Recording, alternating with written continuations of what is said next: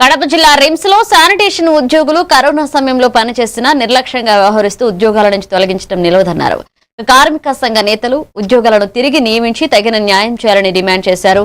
అధికారులు ఏజెన్సీ మార్పు సమయంలో ప్రభుత్వ నిబంధనలు అమలు అయ్యేలాగా చెప్తున్నారు. ఉద్యోగాల భద్రత, కుటుంబాల రక్షణ కోసం సత్వర చర్యలు కోరుతున్నారు.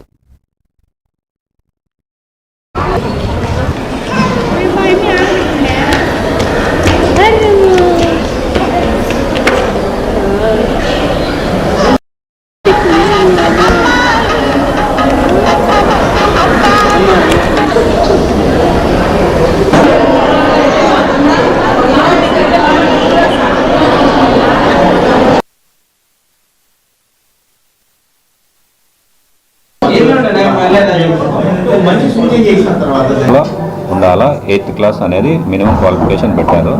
అలాగే శానిటేషన్ సూపర్వైజర్స్కి డిగ్రీ క్వాలిఫికేషన్ అనేది ప్రభుత్వం టెండర్ కండిషన్స్లో పెట్టడం జరిగింది. గతంలో ఈ కండిషన్స్ లేవు, కానీ ఇప్పుడు ఉండడం వల్ల ఇప్పుడు ఆల్రెడీ పనిచేస్తున్న వాళ్ళలో 50 ఏళ్ళు దాటిన వాళ్ళని తీసేయడానికి పద్మావతి ఏజెన్సీ చర్యలు తీసుకున్నప్పుడు వీళ్ళు ఒక హైకోర్టుకి వెళ్ళడం జరిగింది. హైకోర్టు